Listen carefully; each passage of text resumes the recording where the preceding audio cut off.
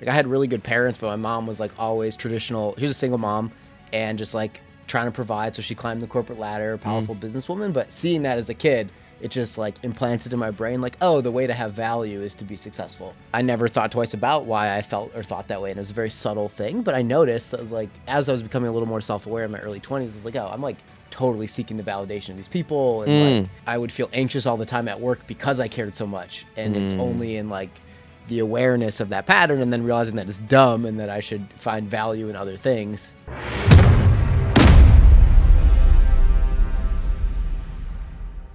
Welcome to the Who You Know Show, where what you know is important, but who you know can make all the difference in your wealth, health, business, career, your relationship, and in your life. And we're here to help you to level up, get noticed, and connect to your next opportunity. So I'm super excited because today's episode is going to feature a guest who didn't just pivot his career, but he reprogrammed it. Okay, so today we've got Delaney William on the house, and he's the founder of Scale Your Salary, which went from earning $80,000 to over $390,000 in a single year by breaking the rules, automating the job search process, which you know I love, and tapping into the hidden world of remote income stacking. So if you've ever wondered how to make your job search work for you instead of working hard to chase the cold leads, this one's for you. So super excited to have you here, Delaney. Welcome to the Who You Know Show. Appreciate it. Excited to be here. Yeah, this is cool, man. I'm really excited about this because you made a big shift. Tell me about that shift. You went from $80,000 a year. First of all, what were you doing at 80K? Yeah. So my traditional corporate career was in product management. So people who aren't familiar, it's essentially you work in a company that either is a tech company or has a tech product, and you're like a mini CEO of either an app or a website or even just like a part of it, right? So you could be a product manager for like Gmail as an example. Yeah. Okay. And what happened? Like you were there and just coasting, or I mean, did you enjoy it? Like what was going on? Talk to me behind the scenes. So I got very lucky out of college. I was at a big healthcare company and like a accelerated leadership program. So it was like high exposure, and I've always been very passionate and creative. And I tried to apply it there, but it was just so not rewarded. There's so much red tape, so much bureaucracy. And after like 2 years of just like trying and getting nowhere with ideas or projects and seeing the dude in the corner get the same paycheck as me who barely did anything besides show up to work and play solitaire on his computer, I was like, all right, I'm going to collect his paycheck and just use my free time on side hustles and see what else I can do. Okay. And pour my passion elsewhere. Okay, corporate America, y'all hear that? You need to listen up. Y'all need to listen up. Corporate America, listen, I feel that pain. And I know a lot of our listeners feel that pain where you have ideas, you've got creativity, you know, you're trying to, you know, make a difference and make an impact. And you're using your energy, your most precious energy, your creative energy to try to help this company move forward, right? And they just, you know, you're outside of their box, and so they're just like, they just squash you. Yeah. And right? I don't even think it's any individual's fault. It's just the culture that happens because it's like risk averse. They'd much rather not break things. Like in corporate, you're not really rewarded for, in only very specific environments that you're rewarded for crazy innovation. But most companies, it's just like, no, stay in line, incremental growth, incremental progress. That's all we need from you. That is I totally relate to that myself. So being in financial services, our industry is highly regulated. And so, you know, I work for a major broker dealer. Like my company runs underneath a major broker dealer, and we don't need to go into too much detail, but they are very, very risk averse, extremely risk averse, to the point where I'm like, look, hey, we're doing investments, right? No risk, no reward. Okay, so if you're not taking risks as a company, you're not making you're not going to make the reward. But a lot of times when it comes to compliance and regulation and all this kind of stuff, it's easier for them. You got a corporate employee who's on a salary, right? And it's easier for that person to say no rather than take a risk, say yes, and they're risking their job if something goes wrong. Yeah. Right? Absolutely. And it's like, it's frustrating because you're on the inside. You got these creative ideas and you're trying to put something forward, and then you got somebody who's like afraid to lose their job. Yeah. Exactly. And they just say no. Yeah. Instead of how, right? I think the question shouldn't be yes or no. It should be how, right? Yeah. Absolutely. How do we do these things? Anyways, I totally relate to what you're talking about. Okay, Yeah. so you were getting frustrated because they're like just poo-pooing on all your ideas, and decided to like, hey, you know what? I'm going to use my creative energy for me, right? Exactly. Okay, so tell me about what happened. Yeah. So this was a long stint. Like probably, I was at that company for 7-ish years until I finally cut the cord last year. But like a lot of people, the Tony Robbins of the world will always say, burn the boats and just go all in on the thing. But for me, it's now what people are calling quiet quitting. Before that had a name, essentially, of, okay, Yep. I'll collect my paycheck. I will give you an ROI on the $80K you're paying me, but I'm not going to go too much above and beyond that. And that really paid off for me because, you know, the business that we have now has grown and become successful, but the first 5 businesses, that probably 10 things I tried to launch and start were not, because I didn't have the skills, the expertise, the learnings, the lessons, the network. But it was 5 years of collecting a stable paycheck and not needing to pay the bills with my entrepreneurial pursuits that led me to ultimately, eventually be able to make a pivot. So Huge. yeah. And to give you some specifics to your question, I've always been drawn to the online space, like what you're doing with your podcast and your personal brand and helping people and changing people's lives. That always really appealed to me. So initially it was in like the self-development wellness space. I was doing some of my own programs, helping other people grow and scale their businesses. But it was the last 2 years that I really pivoted to go all in on like what we're now doing with job stacking, remote job placement. All right, so there's some lessons in this. I like what you said because, you know, like you said, Tony Robbins, and I'm a big fan, but burning the boats, right? I agree to an extent. If you're going to jump and you're going to make that leap of faith and you're just going all in, if you're going to do that, yeah, burn the ship so you have no other opportunity or option but to make it work, right? It's like all or nothing, sink or swim type of a deal, right? But why put yourself in that position, right? What you're saying, and I agree with your method as well, especially for those folks that don't necessarily have the resources or the runway to get their side hustles off the ground, right? A lot of people, I mean, in financial services, I see it all the time. People are living paycheck to paycheck. Their financial runway isn't there yet to weather storms, to, you know, take what it, you know, do what it takes to get a business off the ground. People don't understand how tough it really is. Yeah. They think that, okay, I'm going to build a website, I'm going to build a product, and then people will just show up. If I build it, they will come. Yep.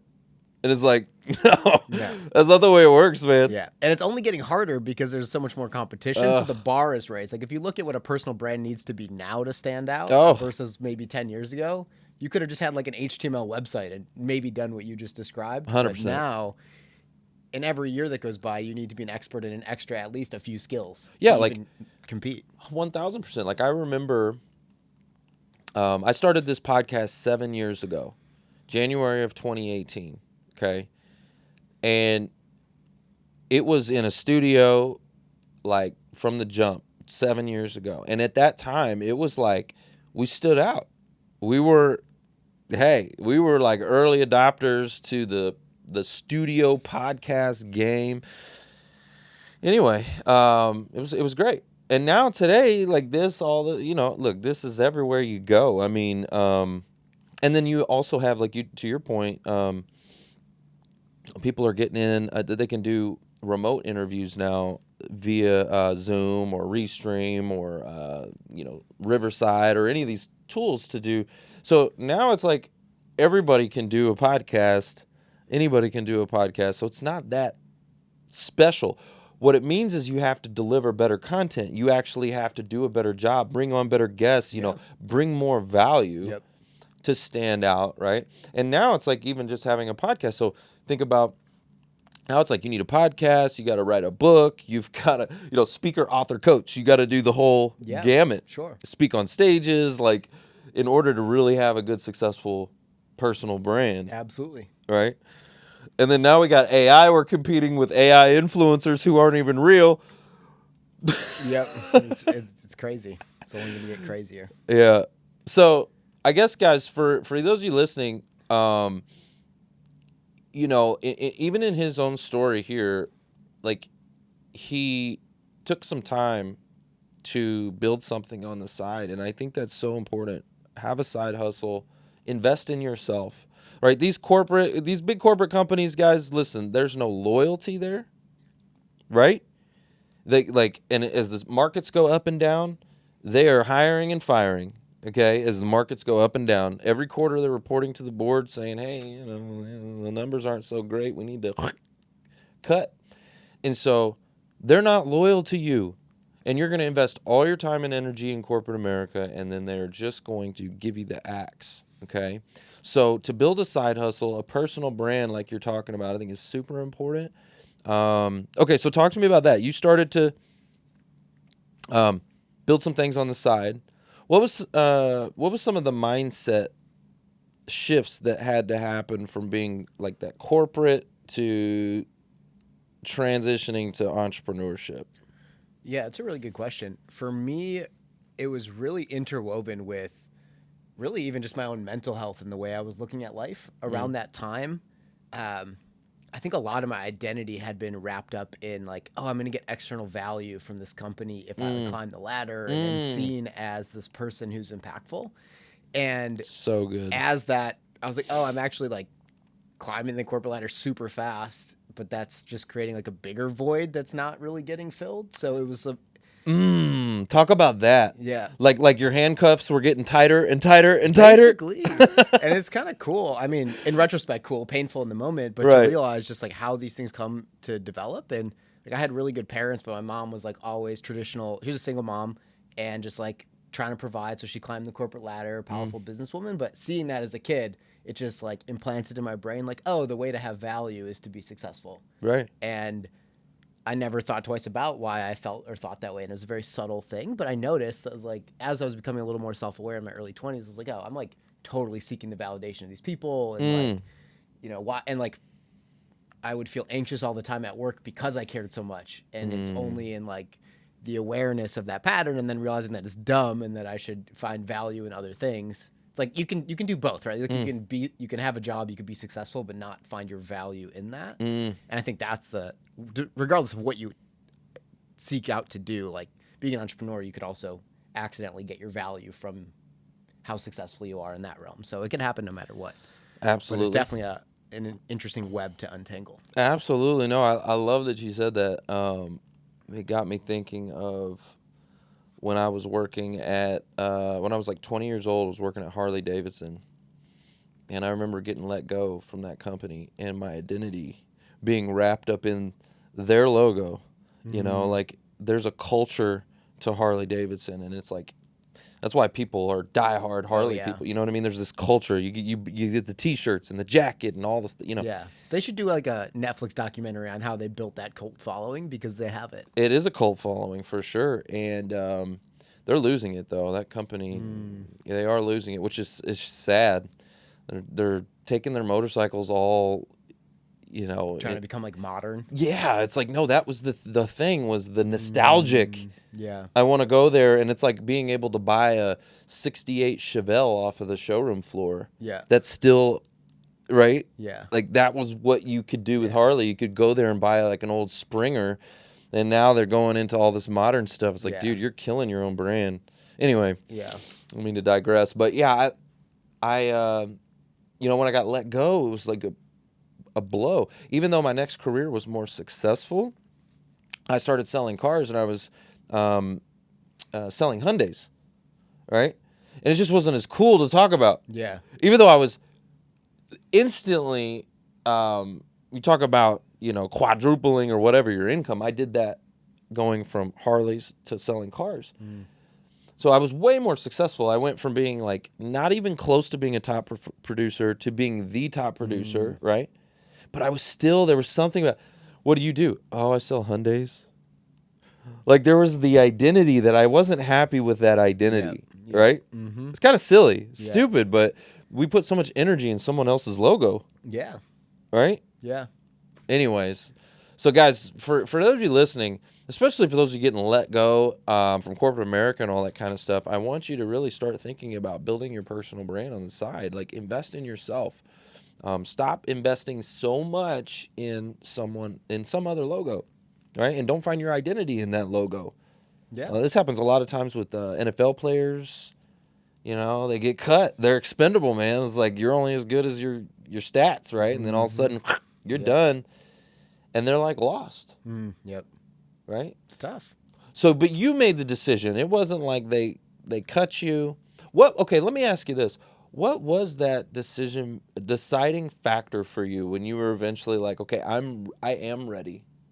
Was there a moment to leave? Yeah, to push you over the edge, or was it like you got financially prepared before you? Was it financial? What made you say, you know what, it's time? Yeah, it was nuanced, and it's something that I definitely was very intentional about going through the process, and it was a bit unique in the fact that, so I basically done a bunch of side hustles, paused the side hustles, decided I was going to pursue the job stacking. So it wasn't even just like I have one job, when do I leave it? At the beginning of 2023, I had 3 corporate jobs. So, but I was also clear it was time to now build this business and launch this business. So it's how do I transition from super cushy, making like 30K plus a month, not even working that hard, to fully sustaining myself on an entrepreneur salary. And I think for me, it was just like, go with the gut. You'll know when it's the time. Because I waited a lot, many, many times. Like, is it time? Is it time? Is it time? Fortunately, the world made some of those decisions for me and I knew this would happen. I started running ads about what we do. And I was like, 2 of these companies are pretty big. Like, they're going to find out that I am teaching people how to stack remote jobs, and they're probably going to fire me. That did happen with 2 of them. Which was fine because it was like, cool, okay. And it did, it puts you in that sense of uncomfortability that is really the upside to burning the boats of like, oh, this feels uncomfortable, so I better lock in and be really dialed. Let's talk about that. Let's dive into that. Yeah. Right? So that feeling of being uncomfortable, pushing yourself, gave you the green light. That's when you knew it was the green light.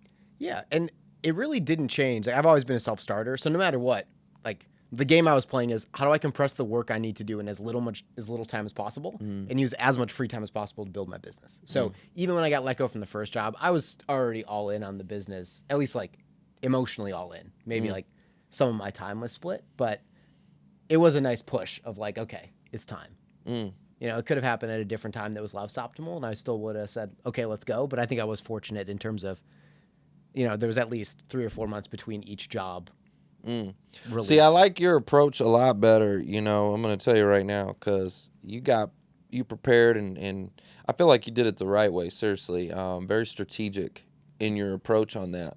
For me, I remember when I left the auto industry to get into financial services, it wasn't necessarily there was some strategy there. I don't want to say there was none, but I kept hitting the glass ceiling where I was a top producer there, and they wouldn't promote me, right?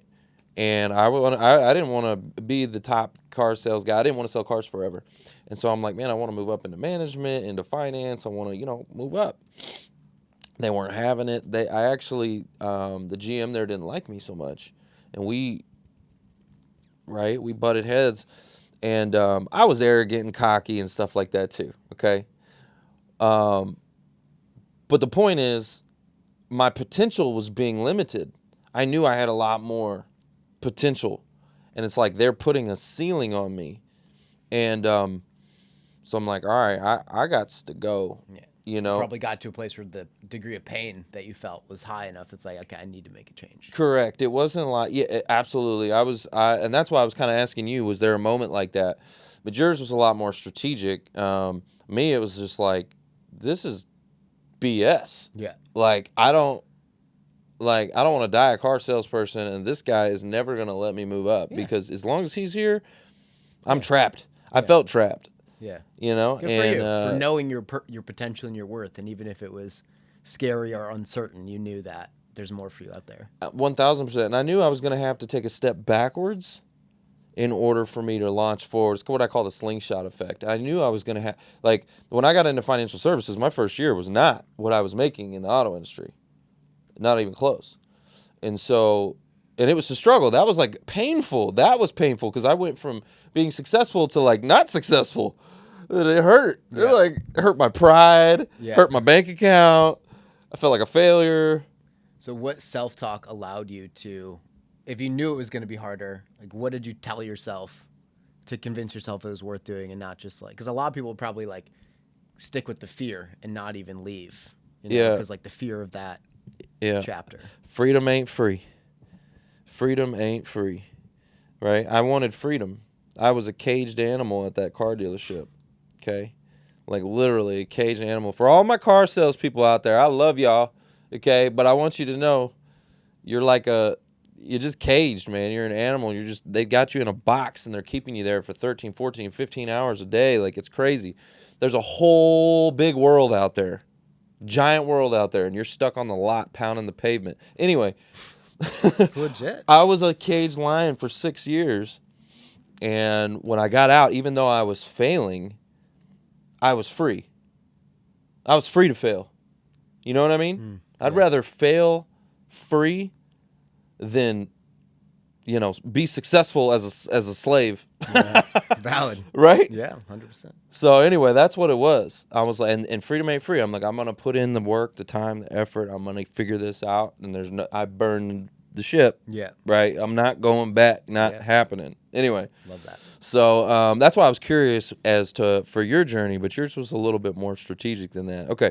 So let's talk about real quick. You went from 80 to 390, single year. That's crushing it, man. I love that. Now, talk to me about some of the AI tools that you're using to automate the job search process. How can job seekers, we have a large audience of job seekers that listen to this show. How can they use and automate their job search process to really help them, capitalize on some of the opportunities that are out there? Yeah, for sure. I'm happy to share a few. All this, especially when I was just doing this for myself at the beginning, was just trial and error and testing what was out there.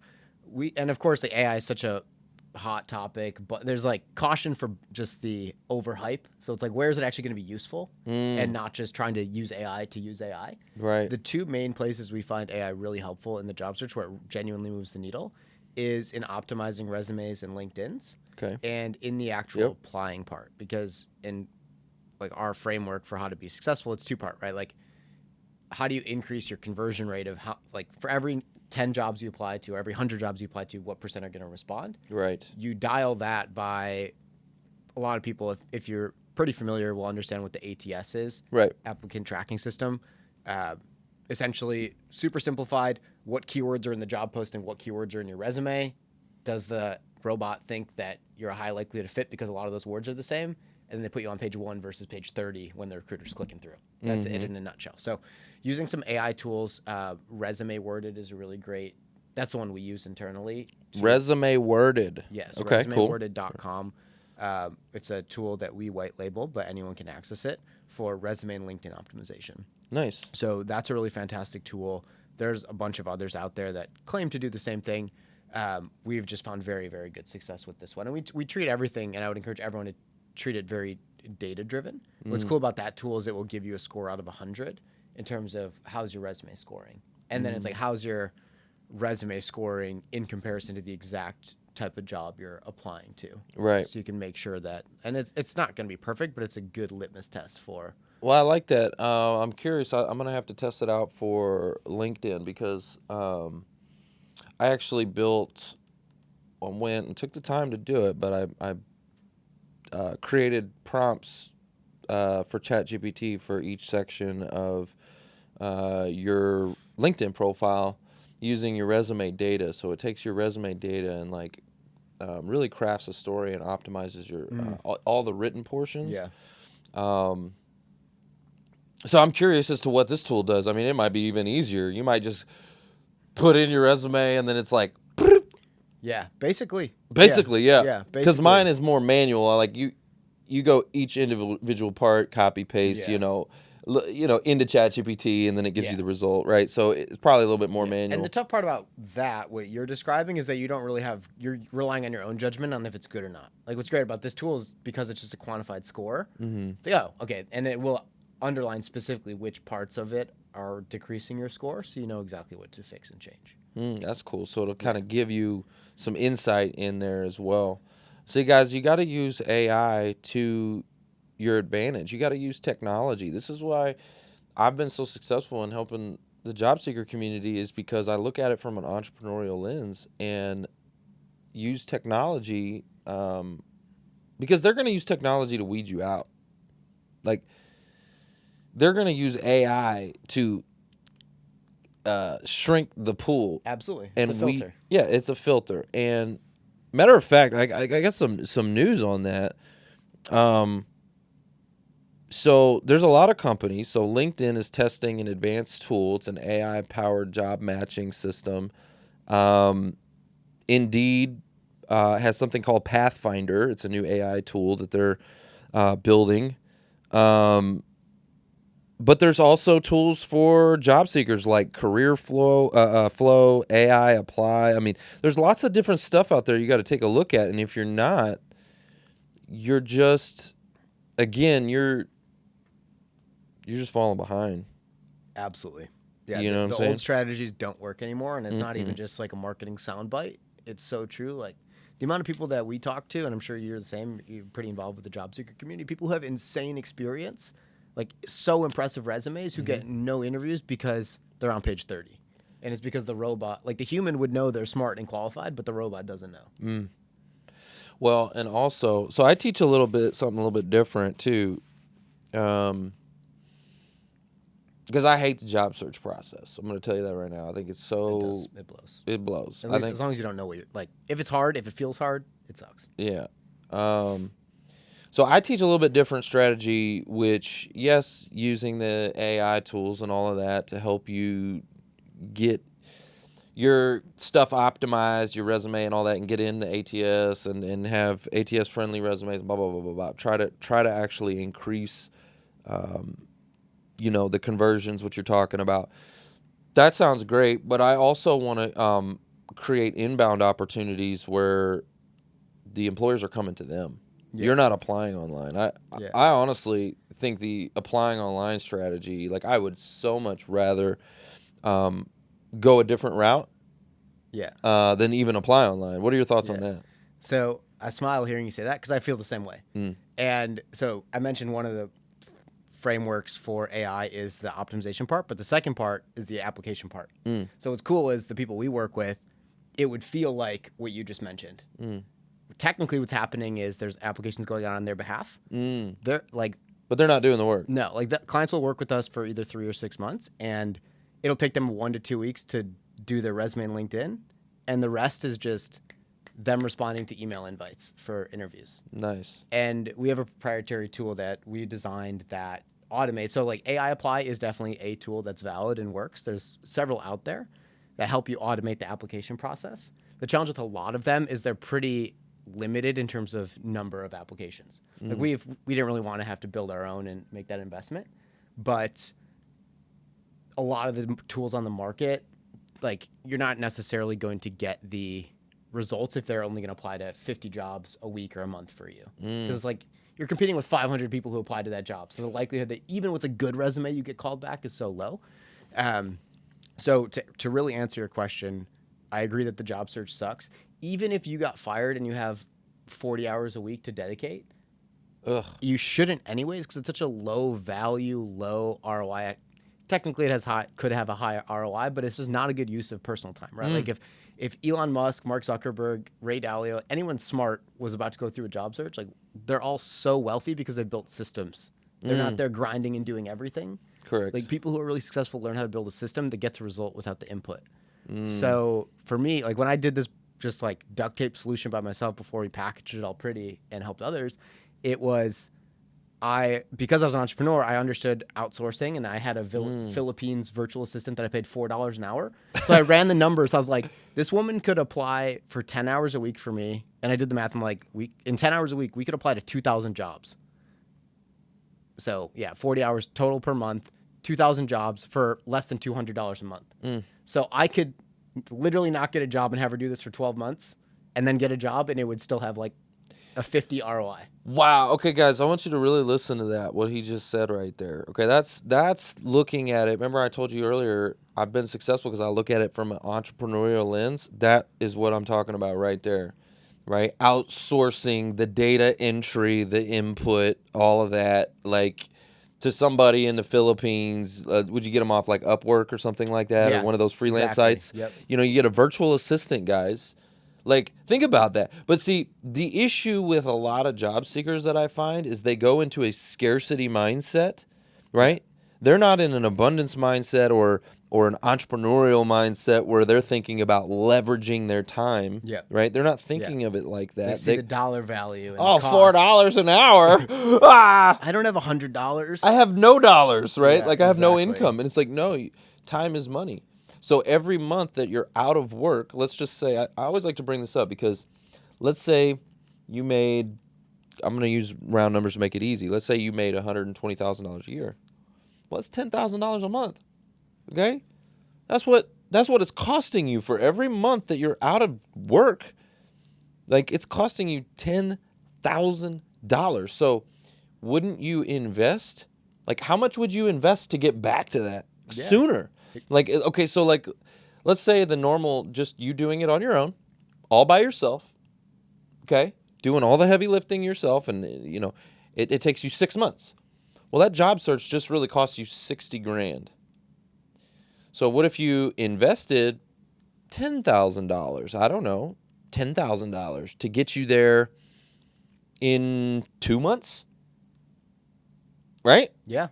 What did it, like, you just saved $40,000. It cost you 10 to get 40, right? Like, come on, what's the ROI? It's an investment in yourself. Yep.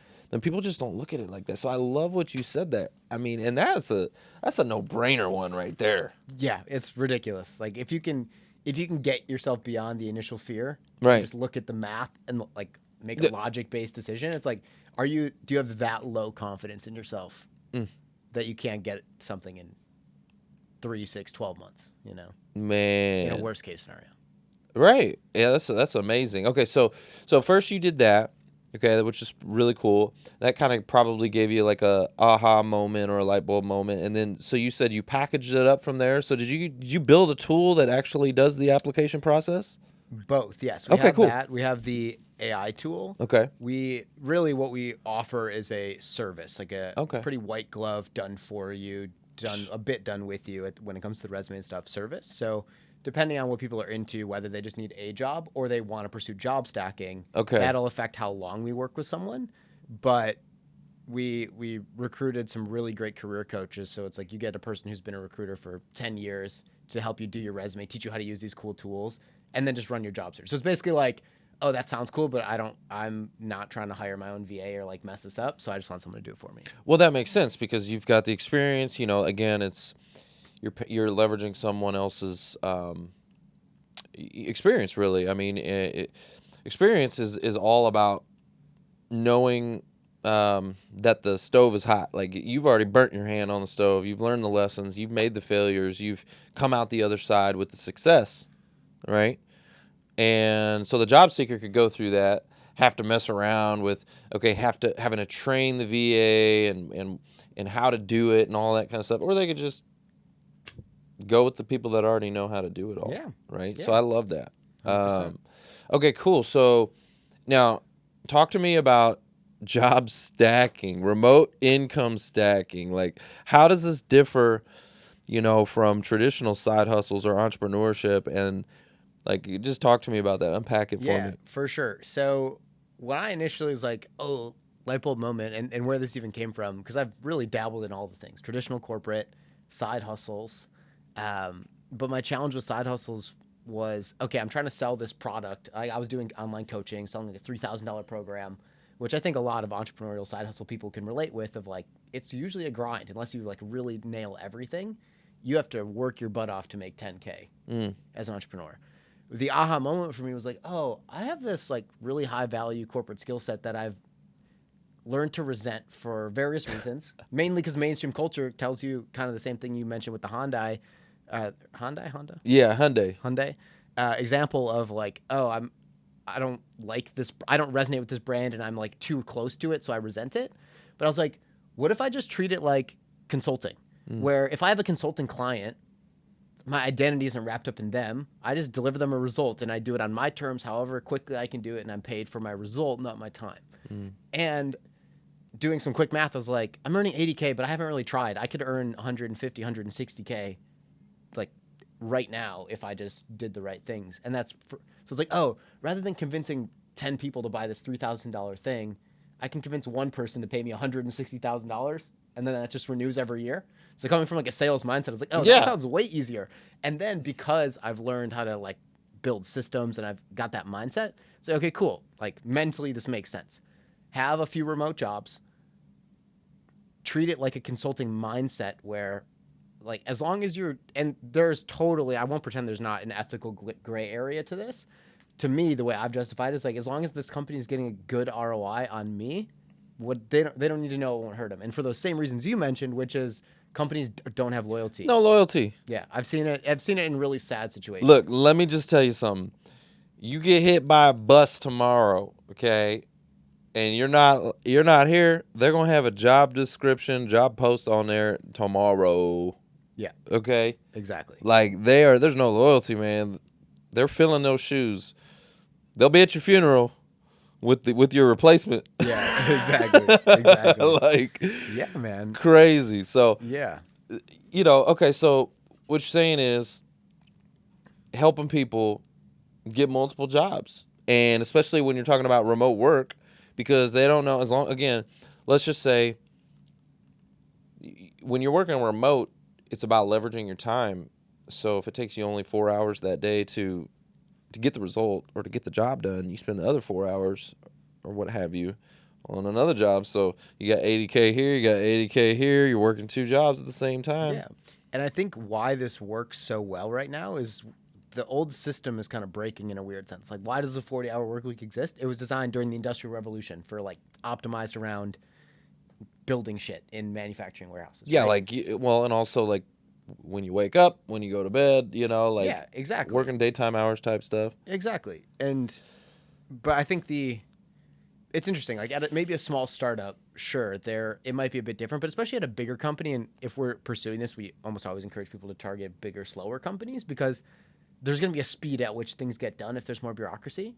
And there can only really be one bottleneck at a time. So if you're not the bottleneck, it's like, what else am I going to do with my time, right? So if you're at a very small startup and like they put all their money into hiring you to run marketing, like, okay, that's probably not the right job for you to like totally chill, So like know what you're getting yourself into. Correct. Yeah, you don't want to juggle too much and then drop. Yeah, because then it's all the open market will dictate everything, right? So like if you try to get greedy and you take on too much work and you do a bad job, you're going to get fired and you're going to have to start over. And that's going to be even more painful. Yep. But one thing I find really interesting is Reid Hoffman, if you're familiar, he's the founder of LinkedIn. He had a really viral interview last year where he predicts that the 9-to-5 will go away by 2034. So in the next 9 years.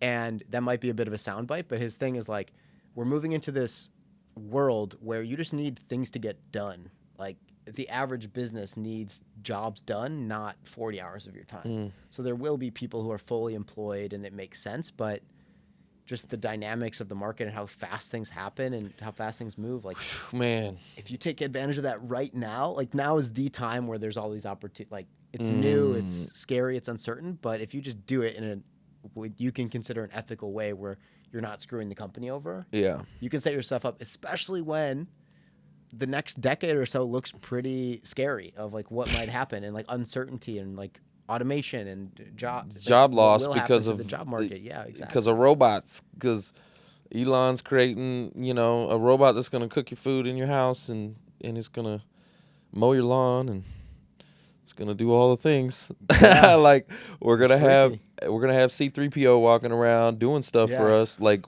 it's going to take a lot of jobs. Yeah. You know what I mean? And like people are like, oh, no, AI is, no, it's here to enhance you. It's not going to steal your job, blah, blah, blah. I'm like, I don't know about that. I feel that Pandora's box has been opened and technology, it's like this hockey stick where it's going whoosh, Yeah. It's going at a rapid pace, and now the technology is creating technology. It's not humans that are doing it anymore. The technology is creating technology, and it's going at such a rapid pace that it very well could take a lot of jobs. Yeah.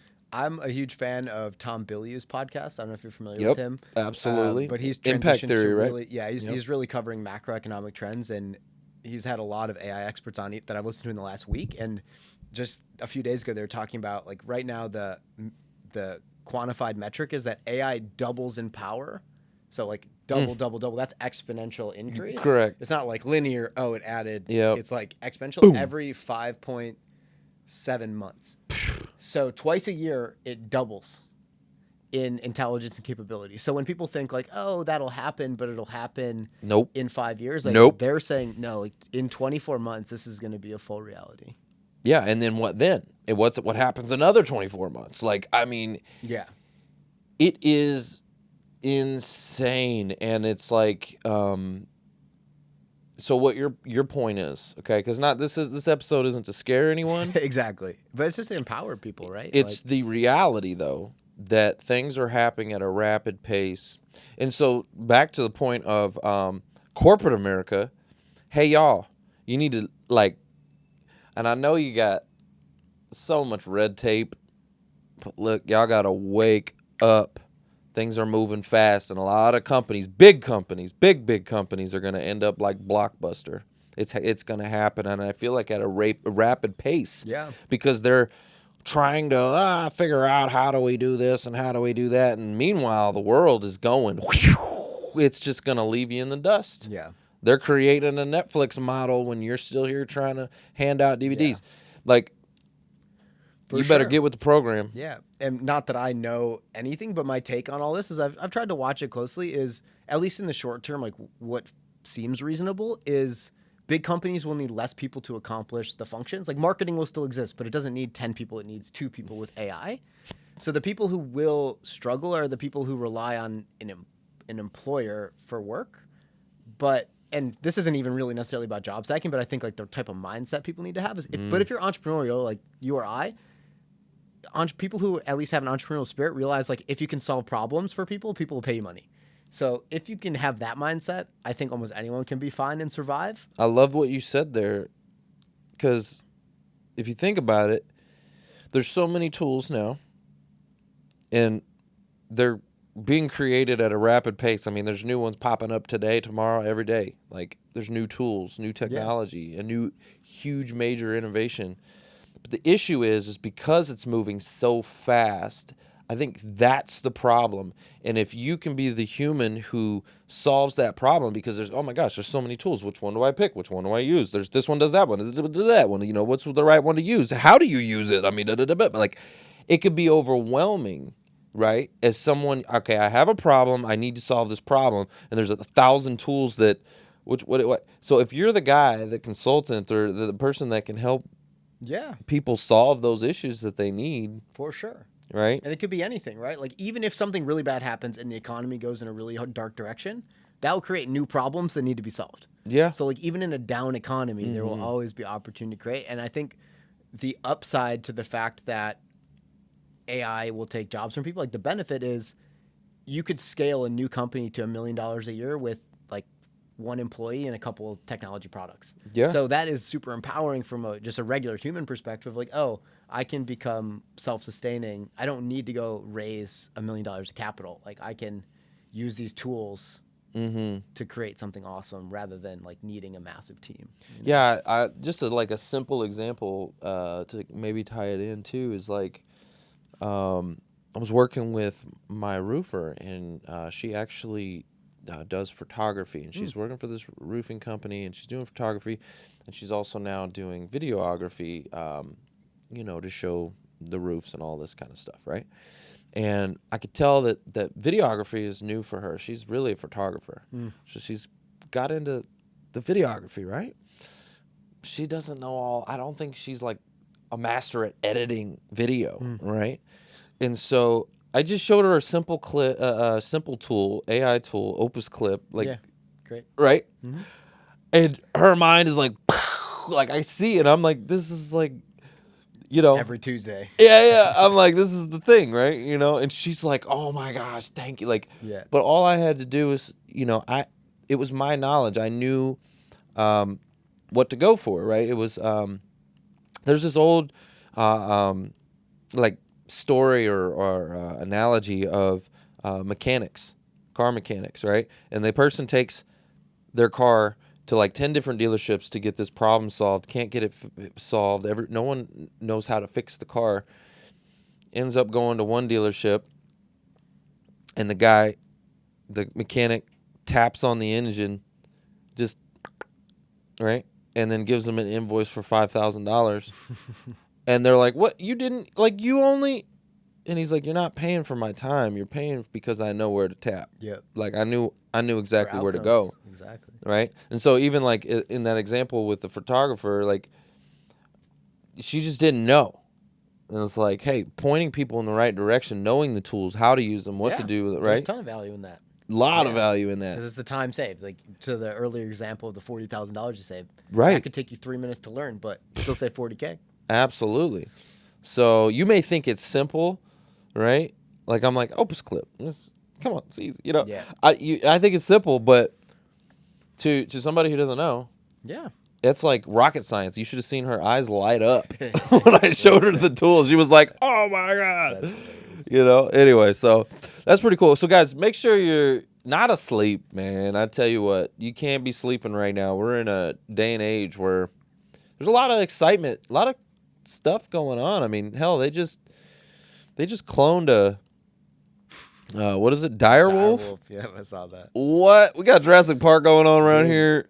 It's wild. We got pyramids with spirals coming down, some kind of alien spaceships. I don't know what's going on. Lots of stuff, y'all. You don't be sleeping, okay? It's wild. All right. So let me ask you this: can you share a story? Really paint a picture for me of a client who you've worked with that maybe was being overlooked. Anybody that you've ever helped dealing with age discrimination or ageism? Yeah. Because we deal a lot with that. A lot of the people we work with are 50 up. Yeah. No, that's real.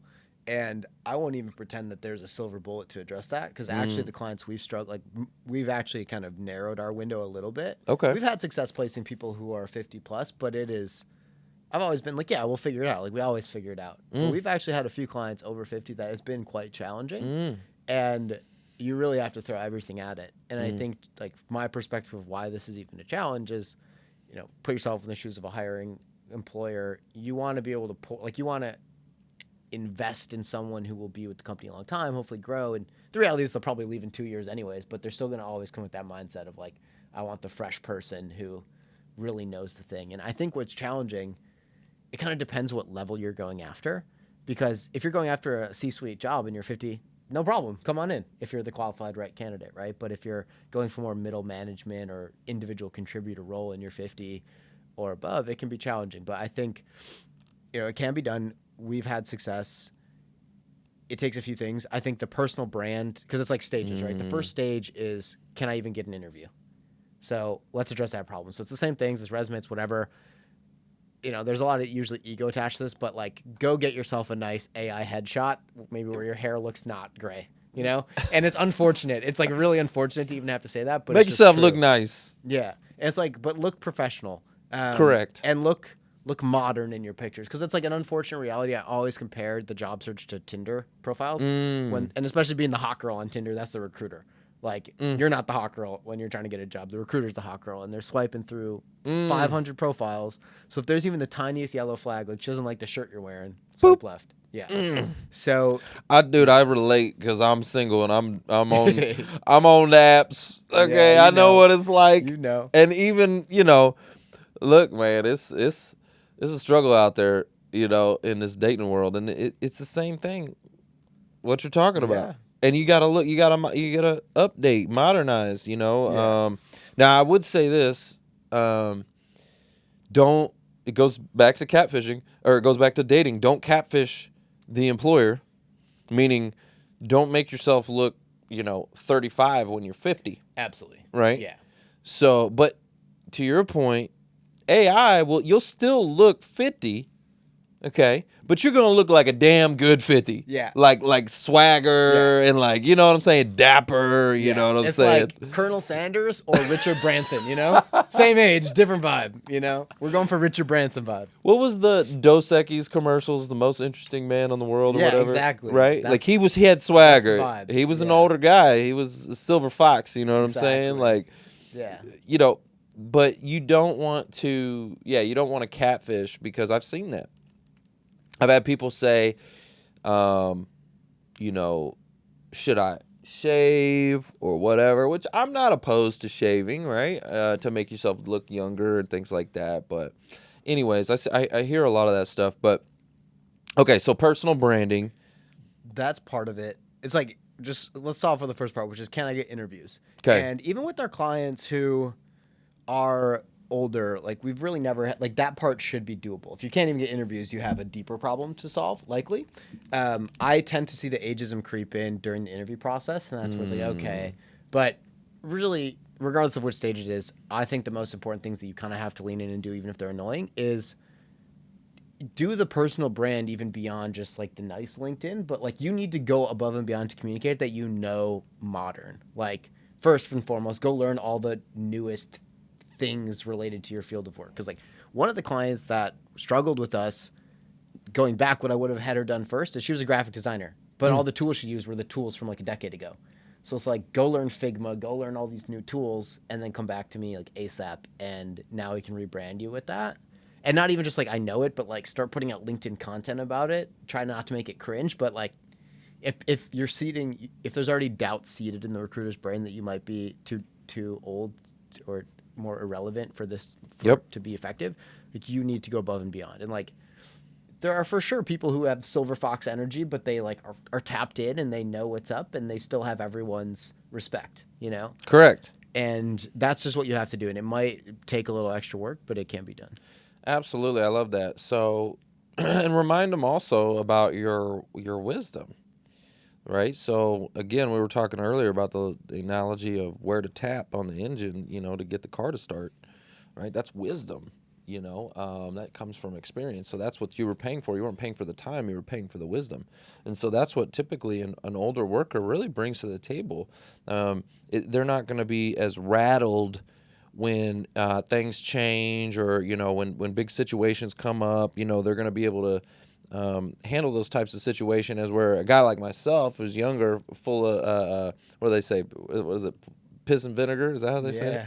Like I'm like, you know, I might get like frustrated, or like, you know, if things aren't going my, you know what I'm talking about? Like I'm like, and like an older worker is going to be more poised and like be able to, you know, handle situations with wisdom. And so being able to really speak to that, sharing stories, using LinkedIn to share stories about how you've overcome challenges, and, you know, really showcasing your wisdom. That's what they need to do. That's your value. Yeah, 100%. You know what I mean? Yeah. And one other tip I would add is, I think almost everything is easier when you put yourself in the shoes of the recruiter or the person on the other side of the table making the decision. And one of the biggest, not just for people in their 50s and older, but for anyone, one of the biggest impacts of how your job search goes is what job title you're going after. And there can be so many implications depending on how many of those jobs are out there and what people are looking for. And not that you should necessarily go in a direction you're so unhappy with because of your age, but just think about like, okay, if I've been generally in the tech leadership space or the tech space, what are the different job titles? And like, what do they really need for this job? Because there are some jobs where it's like, if you're really up back against the wall and it doesn't seem like you can come across as this person who like really is modern and current, and like they might be looking for that job, like maybe there's an individual contributor job that you can get that you'll still really enjoy, but like what they need out of that role is a bit different. Like a role that, and it almost hurts me to say this because I don't want people to diminish their worth and their value and just go for something less than what they ultimately deserve. But it's worth considering of just like what's out there. And, you know, if someone has had no success for months and months and months, like, okay, are there any other strategies I could try out there? Because like a project manager job is a lot different from like a marketing job or something else. Like a project manager, they need they're looking for someone to like really own a role in a task. And some of those other factors that might disqualify you from a different job might not matter. Well, I love what you're saying, because you're talking about the value. And I think it's important that people go out and really understand what their value is. Like, what is your value on the marketplace? And, it's kind of like that person that have been driving their car for, 10 years or whatever, and they're attached to it. And, well, it's time for a new car, okay? But I got to sell this one, and I want to get all the money for it. Right, I'm attached to it. I'm trying to get all the money for it. But it's like, is it really worth that? You got to look on the market. Like, let's take it to the market and let the market decide, what is that car actually worth, It's old. It's beat up. It's got some dents on it, you know what I'm saying? The seats are torn up, you know what I mean? It kind of stinks a little bit. No, That's a good analogy. And I'm not saying that is what these older job seekers are, but what I'm saying is, let's go to the market, do market research, and find out, like, what are you actually worth? Because you may have worked at that company and started getting those raises and started getting those increases, okay? And they gave you the axe, and now you go back to the market, and maybe it's not what you were making. And you need to know that, because you're going in trying to get where you were, right? And a lot of times it's like, no, I'm sorry, like, it's not worth that anymore. Yeah. Right. And I think the empowering take on that too is you can flip it and say, okay, if this really is where I want to get to, let me go look at what the market is demanding to get there. Yeah. It's like, okay, maybe I'm just missing a couple skills. Maybe there's a few things not presented in Correct. how I'm presenting myself. That's exactly right. It's all about awareness, right? Knowing, what things are going for out there on today's marketplace, and, and ask questions, do deep research. I mean, hell, I love ChatGPT's deep research now. I mean, you can just tell it to do it for you, and it'll research the whole internet and tell you exactly what you're worth. There you go. That's right? Fantastic. Yeah, like, take your resume, and take what you're trying, the position or role that you're trying to go accomplish, stick it in ChatGPT, and say, hey, ChatGPT, do deep research on what this role is going for in my area, because it is going to depend, like, California versus Texas is going to be different, right? But in your area, like, what is my value? What am I actually going for these days? 100%. Right? And give me a range, so that, that awareness right there, just doing that simple task, just like that, you'll have an answer like, oh, I've been asking 150K, and ChatGPT says it's only 80K. Yeah, like, oh, 100%. crap. Now flip it to your point. Ask ChatGPT, okay, what do I need to do to up-level my skills to make what I was making before, which was 150, right? Yeah. And ChatGPT is going to say, oh, you need this skill, whatever. Yeah. It'll do the research for you 100%. in 2 seconds. Yeah. What are we waiting for, guys? Come on. Yeah. And then you just figure out how to get that in your resume, How do I build those skills? Do the projects that allow me to showcase that. Okay, what do you, let's talk about that, because I know a lot of people are using AI to fake it until they make it, I guess, how you want to say it. They're stuffing their resume. They're using AI to make a perfect match when they're not a perfect match. Yep. And so companies are really battling that, and they're getting a lot of people who really aren't qualified for the job. And so now they're having to add another layer of AI to vet all of these fake candidates who really, Yep. like, it's really kind of messing things up even more than it already was. Yeah. So how do you navigate that? What are your thoughts on that? Yeah, for sure. And you're totally right. What's evolving is not only that initial screening part, but a lot of companies are opting to put people through AI voice interviews now. Which is basically the exact thing, where it's like, okay, does this person really know how to speak to it?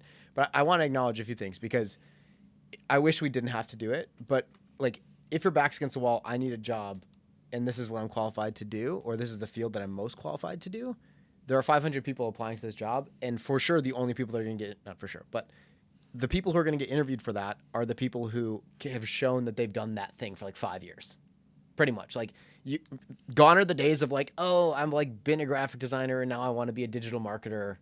Kind of close. Take my resume. Are we good? It's like, no one's going to pick that person, at least displayed on your resume that way. So, and I don't know everything, but what we found is we've tried to play that game, and it is very hard. So to me, it feels, and we've literally applied to like 100,000 plus jobs for people and seen a lot of data on it. And it feels like you really do have to put forward the perfect resume. So the really crucial point is, okay, first off, sure, what's the job title we're going after? What's the perfect resume? Okay, how do we actually make that real? Like, how do we, like, this story as of today is kind of BS, but how do we make it real so that when you go in there, because, like, to me, the ethical nature of any of this falls apart if you sell yourself into a role that you can't actually do. Absolutely. That is, like, for me, bar none, like, that's not okay. And it's bad for everyone. It's bad for you, too.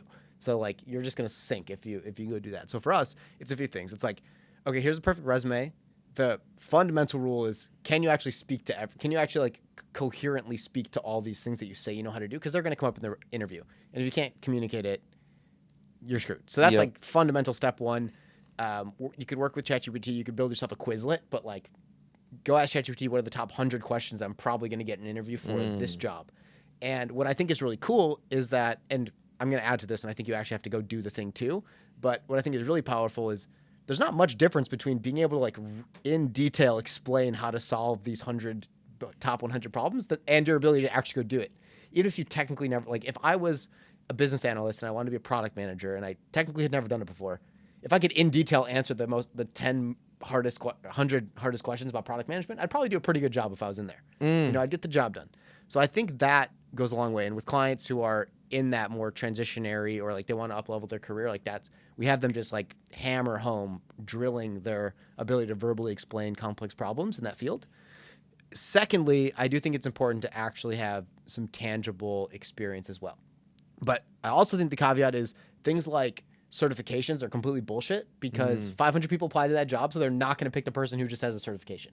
Like that, there are very few circumstances where a certification is going to do anything for you and like have someone more drawn to you versus somebody else. But I think you can take the exact same concept and do essentially free projects for real companies. So the way I encourage people to do it is pick a company that has some type of name recognition. They don't need to be the biggest company in any industry. Do some real project for that company that would add value to them. So you might go redesign the checkout flow for Adidas and say, hey, I put this together using the most modern frameworks that show increased conversion rate at checkout. Build that actual product, shoot a Loom video on it, reach out to as many people as you possibly can at Adidas. Like literally the best thing that would happen is probably they like take your meeting and say, cool, thanks, see you later. And like nothing ever happens with it. And the worst, like what could even happen is that you reach out to everyone and no one even re-engages with you. And okay, that's kind of where you draw the line. So you just like email it to them and who knows. But in an interview, you can now talk about this like real project you actually did. Yeah, I worked for Adidas and put together this. I wouldn't say I worked for them, but you could essentially, like what I think is, again, it's a little bit borderlines, but what you could say is like I've done web development consulting and I've done projects for XYZ company. And you wouldn't say this got implemented. For me, it's all about, can you even, the thing that almost no one succeeds with that I think is the most important thing is in the 2 seconds that a recruiter reads your resume, do you even capture their attention to like take the next step? So that's what I'm solving for. I would, and like when they actually get into the interview, I would never encourage them to like fully lie and say they were an employee of this company. Right. But I'm trying to just put like, if like that could be the difference maker. If you can get 2 or 3 like real company names somewhere in your resume with like, that could have a projected revenue impact of XYZ. Yeah. Like you're not saying that got implemented, but you saying you designed something that like can really add this much value. And that's all, that's what they care about at the end of the day is like, if I pay you $100K, do you have the competency to add $200K to my business? Right. So, yeah, because otherwise, why am I hiring you? Yeah. No, that makes a lot of sense. What I really like what you also said about the 100 questions, right, or biggest problems that company's facing, or whatever it is, right? How did you say it? The top 100 questions you need to be able to answer to do XYZ job. To do XYZ job, right? So, using ChatGPT to help you put together that list, okay, and then you're going to get these 100 questions.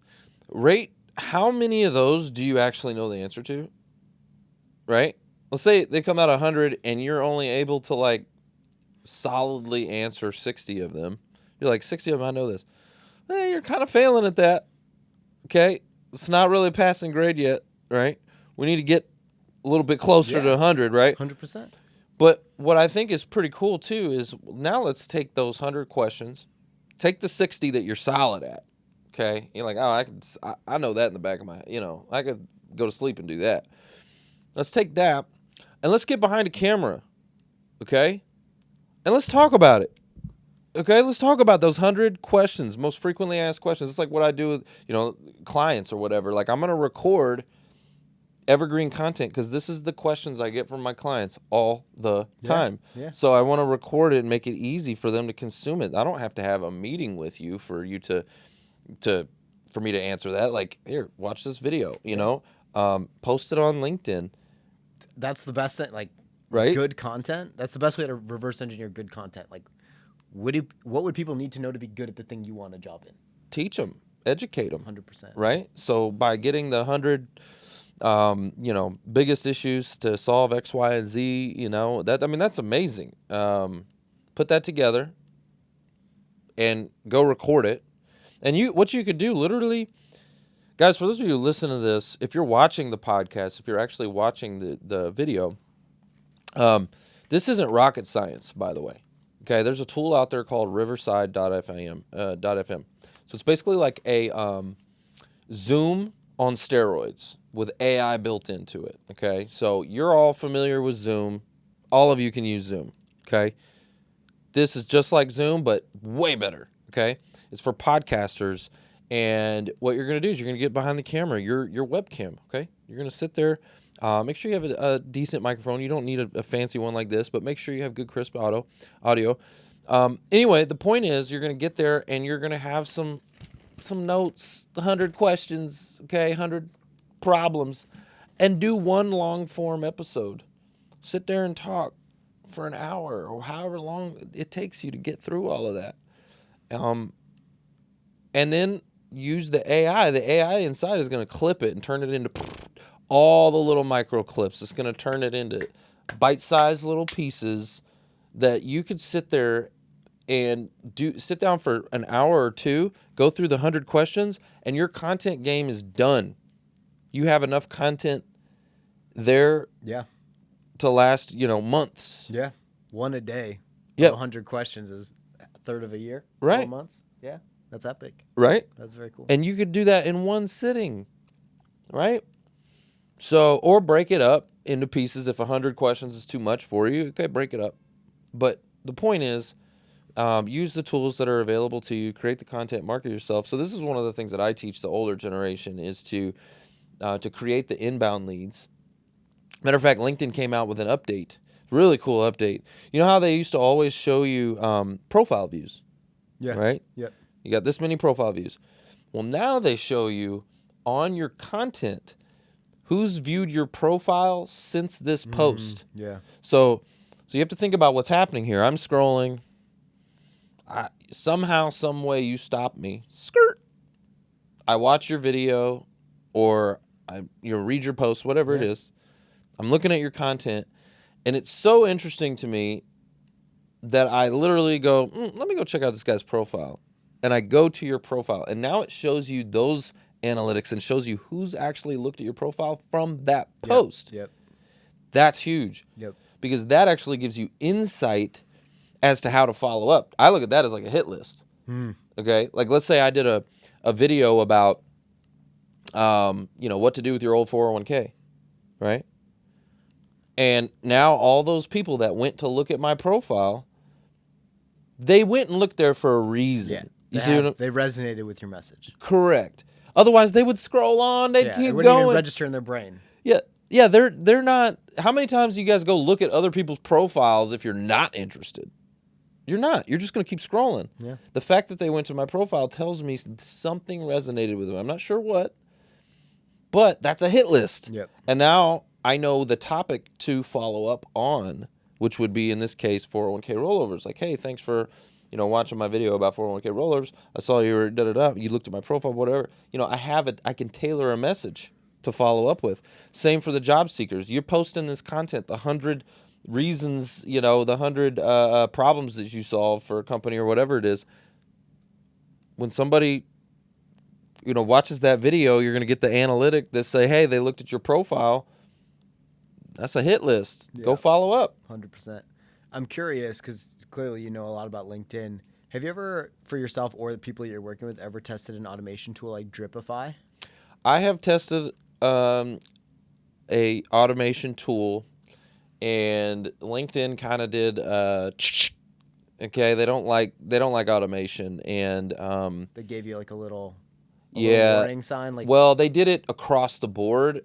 They like basically logged everybody out of LinkedIn. This was across the board. They were how like, long ago was this? Maybe a little around a year ago, something like that. Got it. And so you got logged out, and the message when you go to log back in says, basically we're cracking down on automation. If you're using automation, like agree to this to get back in. Yeah. Right? Like that you're not. I will not. What's so interesting to me, and I just met a dude at the gym who has like 100K plus subscribers on LinkedIn, and he had his account banned and like completely shut down because of it. I've seen some warning signs, so I've heard they're cracking down. But what I think is so fascinating is I'm pretty sure they still have their API like available to people. Oh, So it's like they could actually totally stop it if they wanted to, but they allow people to build into their platform, which is very interesting to me. 1,000%. Yeah, and there's all these there's a lot of those companies out there. Yeah, 100%. They're really cool. I've used them. I think it's just like, okay, because I've seen that too, where it's like, okay, a risk aversion of like, or what's your risk reward here? Yeah, I've noticed they will usually at least like warn you, so yeah, you'll get at least like a chance or two. But and I used it, and I was starting to. It's one of those things where you kind of gotta like, it's testing, right? And so I was testing some messaging, and it was working. Once I got it to a point where it started working, that's when the came, and I'm like, all right, it's not worth me losing my account. Yeah, exactly. And I've actually, what's crazy is I'm always constantly pushing the envelope with LinkedIn, just pushing boundaries. I like to find out where the line is and get right up on the line. I'm right with you. Maybe tip my toe over to see hey. But I've actually been in LinkedIn jail 4 times. Oh wow. 4 times. And it's all about who you know, because I've got some the plug. I have some pretty high up connections. That's good. And twice. I couldn't believe it happened. I was like, "Are you kidding?" I felt so stupid, but I had to call a favor in twice. Yeah. Within a short amount of time too. It was like boom, and then a month later boom again, and I'm like, "Oh my gosh, I felt like an idiot." But point is, the automation tools, I wish they didn't do that. Yeah. Honestly, because come on, we're good. We're getting AI and technology, and like that's what this is all about. Like LinkedIn's all about that too. So like, come on, LinkedIn, you need to get with the program. Yeah. Build it in if you don't want to. Then build it into Sales Navigator. Yeah. Like they already let you kind of do it anyways. You know how expensive Sales Navigator is for how crappy of a tool it is. It's like the whole platform is not good.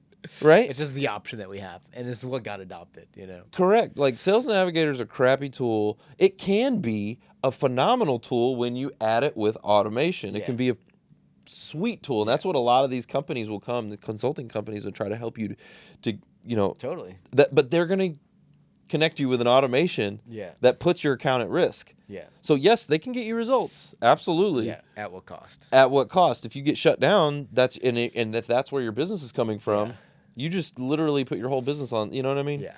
But it makes sense. I mean, we live in this very weird, uncharted territory where even like the things that I have to teach people, it's like they work. It kind of grosses me out that this is what you have to, or you have to have a very intelligent strategy. Like you don't have to do it our way. There are other ways, but the normal old school game doesn't really work anymore. Like the traditional game. So I'm sure LinkedIn is struggling with that quite a bit of how to navigate all these things. Well, I hope they do. I hope they do a better job. I love LinkedIn. It's my favorite platform. It's actually the most. What's funny is in the days of talking about censorship and you talk about Elon and X and all of that, and then the whole thing was about free speech and no censorship and all that kind of stuff, right? And then Zuckerberg and Facebook when he was censoring stuff, and he even came out and said, we were getting pressured by the government, and so we didn't let this out, all that kind of stuff, right? Yeah. I mean, and so it was all about censorship. What's interesting to me is LinkedIn is the most censored platform. Yep. But it's also the most, like, I would say pure in a way, in a sense. Like, there's a lot less, you're not going to see a lot of trolling. Yeah, because everyone's like, who's watching me? It's professional, yeah. You know what I mean? It's a professional platform. Act right. Yep. Or, and so they do censor. So if you put there are posts that are on X and Facebook and other platforms and TikTok or whatever that wouldn't see the light of day 100%. on LinkedIn. If you post it on LinkedIn, it's going to get taken down and censored. 100%. They even have it if a certain amount of people click it and flag it as inappropriate or what, I can't remember the exact, but they flag it. LinkedIn's taking it down. Yeah. Not surprised by that. But I like it.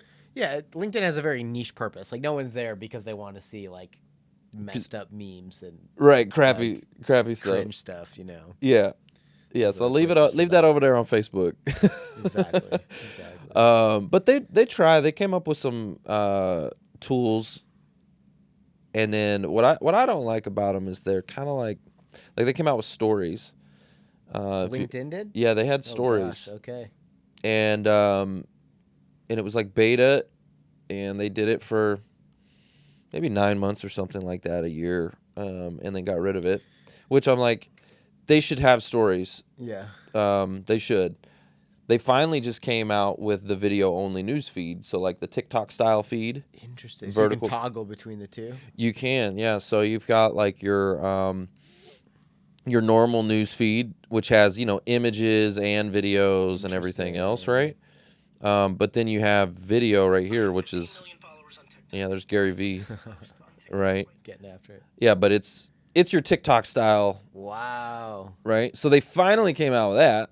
Good for them. Yeah. I literally post reels on Indeed, and I didn't even know that was there, so that's great to know. Mm-hmm. So yeah, LinkedIn, they're trying, but they're always behind everybody else. Yeah. And like I remember when, did you ever use a platform called Clubhouse? Yeah. Yeah. Briefly. Yeah. So I didn't go all in on it. I guess it's kind of retrospectively glad I didn't, but yeah, it's trash had its now. Moment. Yeah. It did have its moment. Yeah. During the pandemic when everybody was locked up. Yeah, there was like at least 6 months where it was huge. The coolest part about it was access. The access to people that you would never. I mean, you're in there in a room with, Mark Cuban or people that again they're locked up. It was it was the pandemic, so they were in this thing, and the access to the people was what was really the game 100%. changer. But anyway, so Clubhouse came out, was hot, and all the platforms were like, "Dang, Clubhouse is eating our lunch." So all of the platforms came out with their audio platform. Facebook did it, X did it, LinkedIn did it. But it was like an afterthought. It was like they didn't try to be bolted on. It was like, we just kind of keep up with the Joneses here. So we're just gonna half-ass create this platform over here, and it was not good. It was not a good product compared to what Clubhouse was. And so they wondered why the adoption wasn't great, and they didn't do any kind of promotion or marketing of it.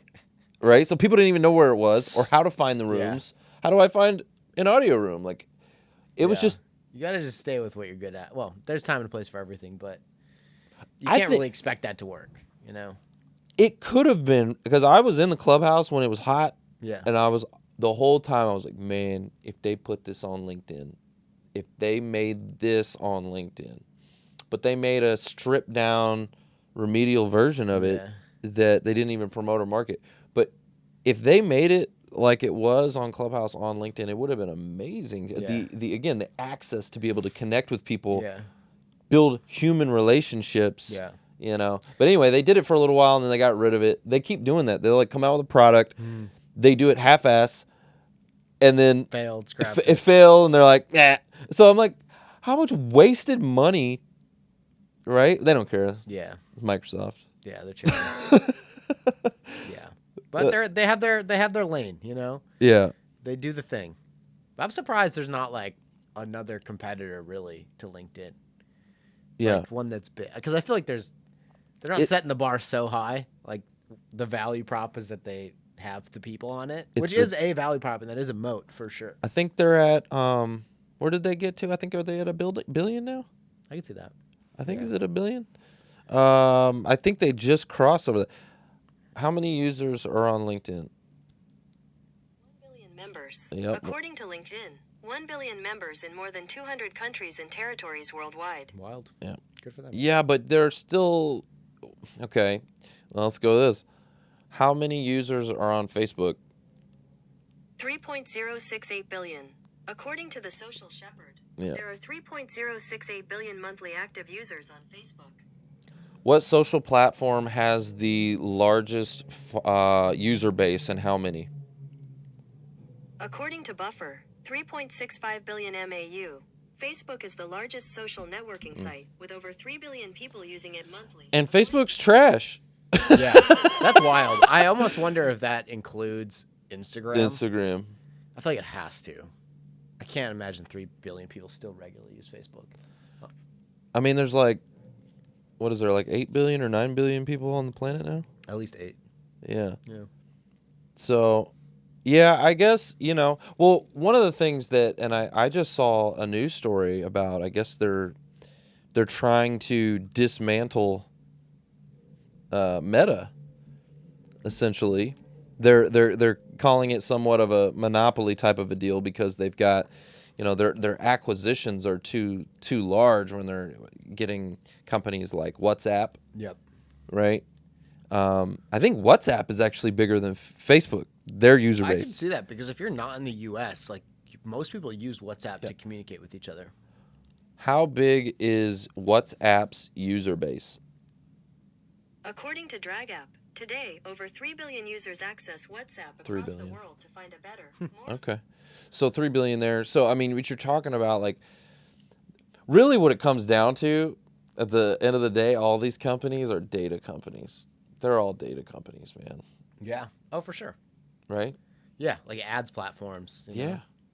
Selling data, using data. So, okay, what do you think WhatsApp's angle is then? Because you're not getting ads there. Probably data. Just I data. have to. I don't actually know, but I have to imagine that when you sign up for a WhatsApp, they're just like scraping your phone from everything. But also, I mean, I think there's value in just like, even if there's not a lot of synergy right now, just like having the in-platform, right? Where it's like, okay, we have your attention here. Like, that's just good to know because we want you on Instagram, we want you on Facebook Marketplace, we want you everywhere. I think there is some value to that. Right. It's like a feature.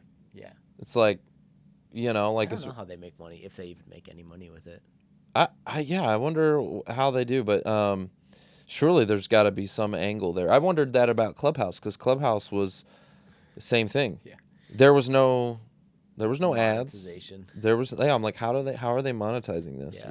Which was interesting. So, but yeah, Facebook, they're Meta, they're trying to like the acquisition of Instagram, WhatsApp, and I'm sure they got their hands in tons of other companies, right? Yeah. But honestly, it's interesting. I think that makes me think of the Google model, which they make no money on almost all their products, but they make so much money in ad revenue. And probably a few other things too, but it's like they're able to do all these other things that just create brand connection. What do you feel about this? Like, I've already made the switch where, and matter of fact, there's even a plugin now, but forever it was Google it.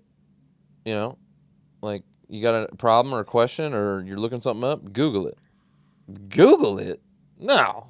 ChatGPT deep research it because it's going to check Google and everything else. It's going to check the entire internet for me and do research through the entire internet. Well, Google it. No, Google is dead, in my opinion. Yep. That used to be, that was the search engine. And now they even have an extension that is ChatGPT. So now it's going, your question, it plugs it in, boom.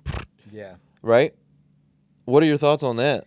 I agree. Sometimes I wonder if I'm in an echo chamber in Austin. Most of my friends are entrepreneurs, so I just assume a lot of things in life are standard, and then I get outside my bubble and I realize it's not necessarily that way. But it seems like I am for sure that way, and I assume most people, especially younger people, are that way. I think the older generation may be still a little more.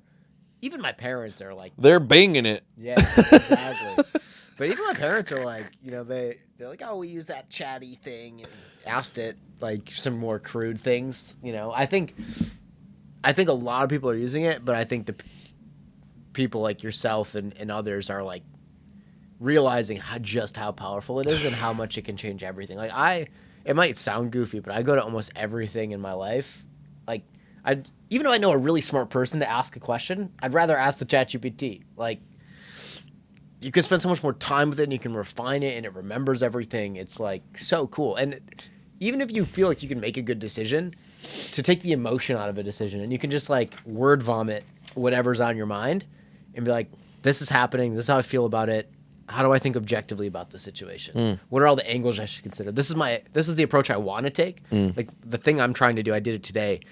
Even of just like trying to slow down before I react to something, and even just like screenshot this like conversation thread and what I'm about to say, and I throw it in ChatGPT first. I'm like, I love that. is this the right type of way to react to the situation? And they'll almost always.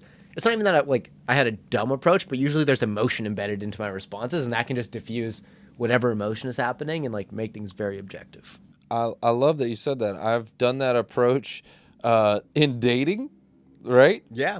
Where something happened that got me emotional and kind of, sparked and and so anyway, but I use that and I use it in dealing with corporate America. Like when I'm sending emails, sometimes again, I'm outside the box and, but my broker dealer, they're, a big Fortune 100 company and I got to deal with some corporate red tape sometimes, right? And so, like, what I want to say, Yeah. right, Yep. is this with some emotion behind it, but that's not going to work. Yeah. And I'm like, say it in a PC, corporate-friendly manner. Like, this is the goal I'm trying to get accomplished. Yeah. But I need you to say it in a way. Yeah. And that has made a massive difference just in my emails. Yeah. Because my emails used to be like real kind of like, Yeah. It's so easy. Like, especially if you're busy, even if you're usually a chill person, like, Yeah. how often does anyone just get, like, put in a tense state because something is happening and then you're like, oh, I got to respond to this email, but I'm stressed about this other thing. And I think people need to realize is you're going from, like, a normal communicator to, like, a world black belt in psychology if you prompt it the right way.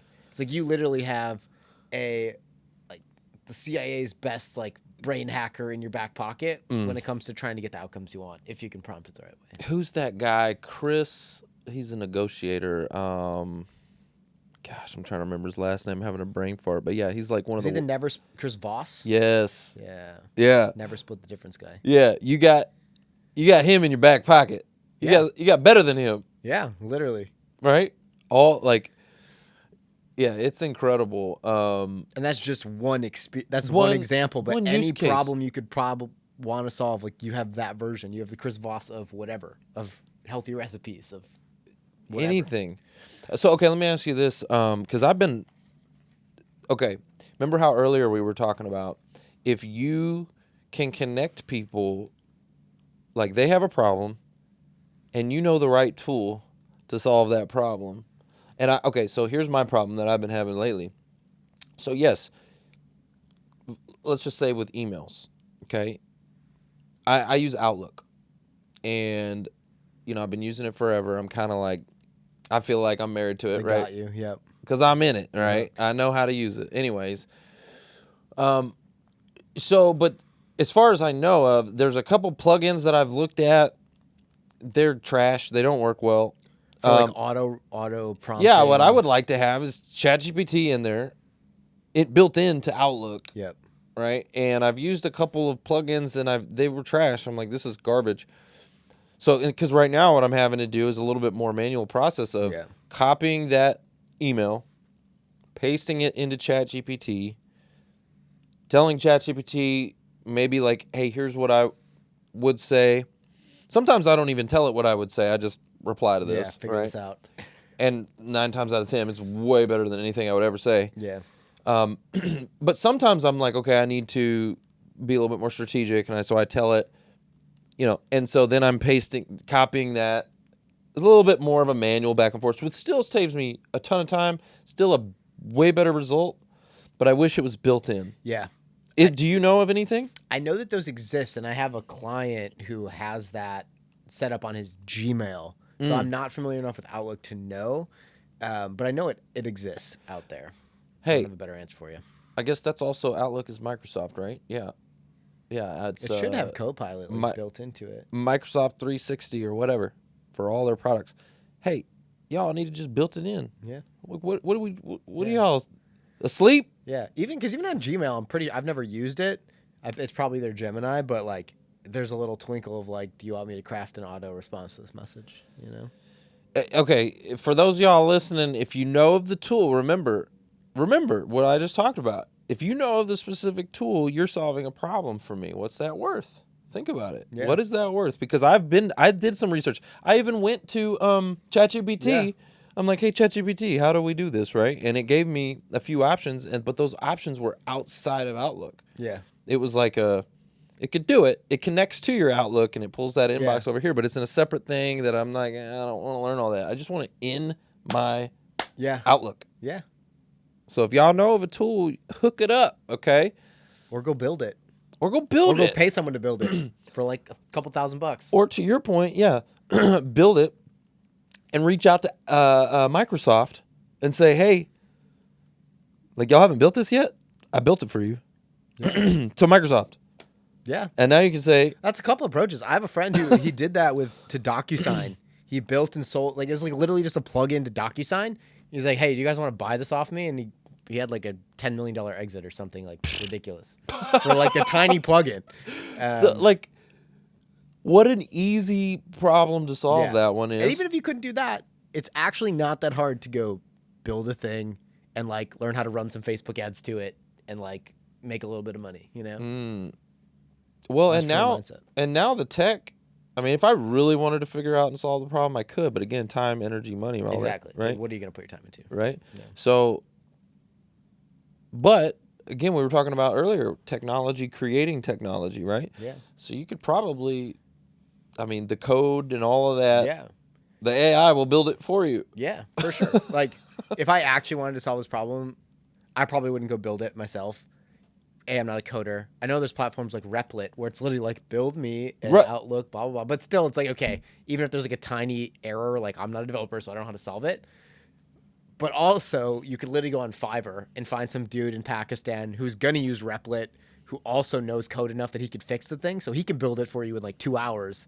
He knows we're paying him for his knowledge, not his time, because he can like do the small things to make it work. For $1,000 or whatever. Yeah. It's like, okay, and then you're going to sell it. Yeah, it's okay. I spent $1,000 to make this product that I can now sell to whoever I want.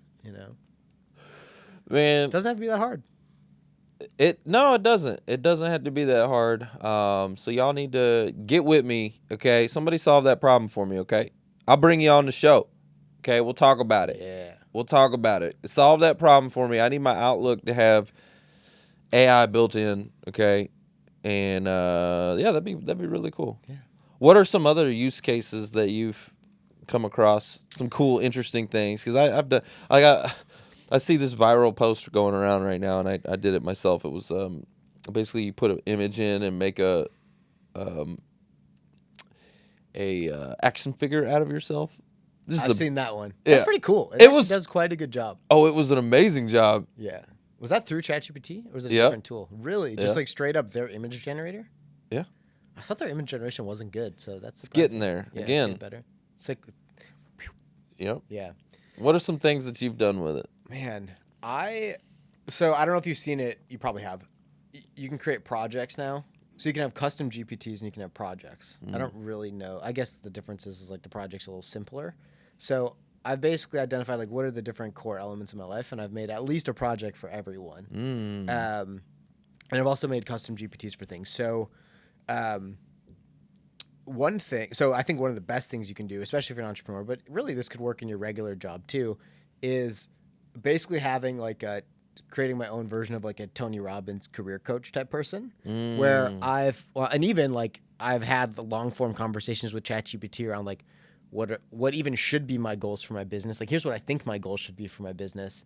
Here's what I want for my own personal life in the next 5 to 10 years. Is this the right business plan to get me there? Okay, let me refine my business plan. Cool, I have a business plan. Let's make like KPIs and all this other stuff of like, how should I actually track and manage this project? Cool, now I have that document. Upload that into a project on ChatGPT and prompt it of like, okay, you're my executive coach. These are my values. Like, I want to be an ethical leader, blah, blah, blah, blah, blah. So it has all this like backstory. And now whenever I need to make a decision, I can go to that variation of ChatGPT and have dialogue with it. So I don't need to like catch it up or give it just like this nuanced, like isolated problem. It understands the problem in the bigger picture. Right. And that's really helpful. Especially like, man, like growing a business, I'm dealing with problems I've never had to deal with before and really like gray area problems. So like an example of this client pays us like $5,000 to $10,000. We're like very upfront that you pay, we have to pay our team and whatnot. So there's like not a refund policy. We have to pay a team of like 20 people. And then this dude's like wife gets cancer and he's like, doesn't want to be in the program and like wants a refund. And it's like, okay, as a leader, I want to be able to give you your money back because like that feels like the right thing to do. Right. But also I got to pay literally 20 people so they can feed their family. And it's like, that's just an example. But for anyone where you have a hard decision to make, AI can be such a great tool to reflect like, these are things I care about. Not just like, what should I do? But it's like, this is my value system. This is like the type of leader I want to be. Like, given all that, how should I think about the situation? So I think, it's like a coach, like you were saying, yeah, helping you get there faster. yeah, You know, helping you solve the problems. I mean, being an entrepreneur is just fighting fires all the time. yeah. That's all it is. And it's like, sometimes you just need that outside perspective. Right. Because it's so easy to be biased by your own life experience and your self-perceived limitations and whatnot. That like having someone outside just No, I love that. tell you the way you need to hear it. Oh, you know what? Kind of what we were talking about earlier. Here's something that the audience could do with ChatGPT. Okay. So let's just say, remember earlier how we were talking about the 100 questions? Yeah. The 100 problems that you solve for a company. So let's take that, okay, and let's pull up the ChatGPT audio, like from the app. Okay, there's an audio version here, and let's talk to it and tell it that we want it to interview us like a podcast episode. Yep. So, hey, ChatGPT, act as a podcast host, interviewing me about my expertise in my field about XYZ, and ask me the top questions that a company would, want to know about my expertise or whatever, right? So what is that doing is it's now all of a sudden, literally, ChatGPT, you could just put it up to a microphone. You could just set your phone up against a microphone, and ChatGPT will start talking to you, having a conversation with you, and asking you questions and just like podcast interviewing you. Yeah. Right? I did this. I did an example of it, and it was really cool. That's dope. Right? And so all of the answers are literally the most frequently asked questions and all this. Yeah. You know what I mean? And so you don't even need someone else to interview you anymore. You don't. Just use ChatGPT. Yeah. Put it up on the camera, like put it right here in a little holster, That'd be hilarious. I'm sure there are people who have blown up a podcast and that's literally the dynamic of their podcast. Yeah, and it cuts to this. Yeah. And it's talking, and then it cuts to that. Cuts to this. That's amazing. Cuts to that, right? The amount of people who, like, the first person who gets the Optimus robot and just has that as their podcast guest and their podcast co-host. Oh, that would be so cool. They should do that just for their own brand. Like, they should have a Optimus hosted podcast. That would be legit. Well, you've probably heard that they've got like AI podcasts now. Oh, for sure. Like 11 Labs, I think, is a platform. You clone your voice and it'll, yeah. Like, you can do podcasts. Yeah, it's like create a podcast episode about whatever. And you read like 3 paragraphs into it, it learns your voice and can just like recreate. Yeah, I've been using HeyGen for video avatar. Oh yeah, how's that working? It's freaking awesome. Really? Like, Yeah. you've had to produce videos that like Oh yeah. look like you. But Oh yeah. Just it's super realistic. really? Yes, and the thing that they're missing is the audio. So, like 11 Lab clones your voice. Yeah. It's the inflection. It's still a little off. The imperfections. Actually, it's too robotic, too perfect. Yeah. Even though it might sound like you, it's not. It doesn't sound like you, Yeah. right? So, what I do, here's how I use HeyGen. I'll actually, let's just say I have a script, video script or whatever, that I want to deliver, a talk. Well, I'm going to get behind a microphone and just record the audio and reading it. I'm just going to, deliver it. I'm not worried about the camera because I'm not on camera. I'm just literally recording my audio. So it is my natural voice. They map that onto a video? So you can upload the audio to the platform? Bingo. Wow. So now it looks like you because they do a really phenomenal job of cloning you. Yeah. It looks like you and sounds like you and has the hand gestures that you do and all of that kind of stuff. It is that good. It's really, really good. Wow. Yeah. That's sweet. So y'all check out HeyGen. That's another way you could go create a bunch of content from a market for your job search, right?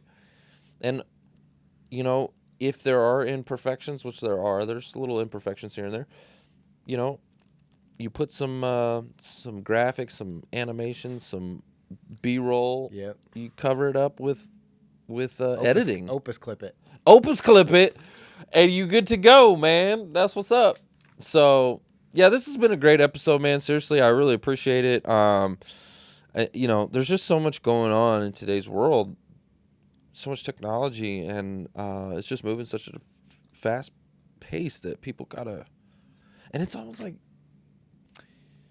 I feel like I'm getting left behind, and I'm on it, but this is where we were talking about earlier about the fear of losing jobs because it's that hockey effect, that hockey stick effect. Yeah. So, man, I just feel for anyone that isn't paying attention. Time is now. Time is now. Get your piece. Get you a piece right now because everybody's getting a piece. Are you getting a piece? Got to. Right? And y'all need to connect, okay? Tell them where's the best place for them to reach you, connect with your platform. I know you've got Scale Your Salaries at scaleyoursalary.com, or where do they go? Elevatedtech.us is the actual company. Okay. So they can learn about us there. Pretty active on Instagram at Delaney William _. Two best places, yeah. Love it, love it, love it. All right, guys. Well, that's the show. It's all about who you know. Bye. Thanks for listening to the Who You Know Show podcast. My name is Trevor Houston, and if you've enjoyed this episode, consider subscribing wherever you listen and leave us a positive review to help us keep the mics on in the studio. Until next week, that's the show. It's all about who you know.